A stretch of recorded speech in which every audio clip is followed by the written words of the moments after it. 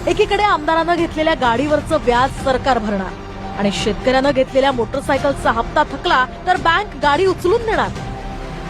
ST, विमान, railway, best मध्ये आमदार सदैव सवलतीतून किंवा फुकट प्रवास करणार आणि दुसरीकडे सरकार 65 वय झाल्यानंतर सामान्यांना एसटीचं अर्ध्या दरानं तिकीट देणार। दरमहा 1,80,000 घेणाऱ्या आमदारांना सरकारच्या म्हाडाच्या अल्प गटातनं घरं घेण्यास पात्र ठरवलं जातं आणि लाडक्या बहिणीचं कुटुंब दरमहा 21,000च्या वर असेल तर ती अपात्र ठरते।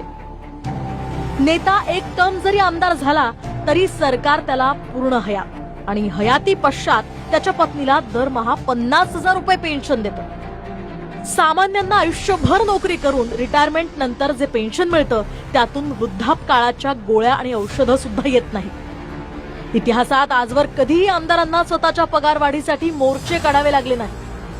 दुसरीकडे कष्टानं पिकवलेल्या शेतमालाला भाव द्या म्हणून विना मोर्चा घोषणा झाली असं एकदाही घडलं नाही। एका महिन्याचा लाखोंचा पगार थकला म्हणून आमदाराला रडताना कधी कुणी पाहिलेलं नाही। इकडे 2-2 महिने व्यापाऱ्यानं पैसे थकवले म्हणून अश्रू ढाळणाऱ्या शेतकऱ्यांची संख्या हजारोत आहे। आमदारानं हप्ते थकवले म्हणून कोणत्या बँकेनं गाडी उचलून नेण्याचं धारिष्ट्यही दाखवलेलं नाही, तर दुसरीकडे हप्त्याला 4 दिवस लेट झालं म्हणून बँकेचे एजंट शेतकऱ्याच्या दारावरून वाहनं खेचून नेतात। आणि सर्वात महत्वाचं म्हणजे आपल्या जनसेवेच्या व्रताचं चीज झालं नाही किंवा करोडोंचं कर्ज फेडू शकलो नाही म्हणून एकाही नेत्यानं आत्महत्या केल्याचं ऐकिवात नाही।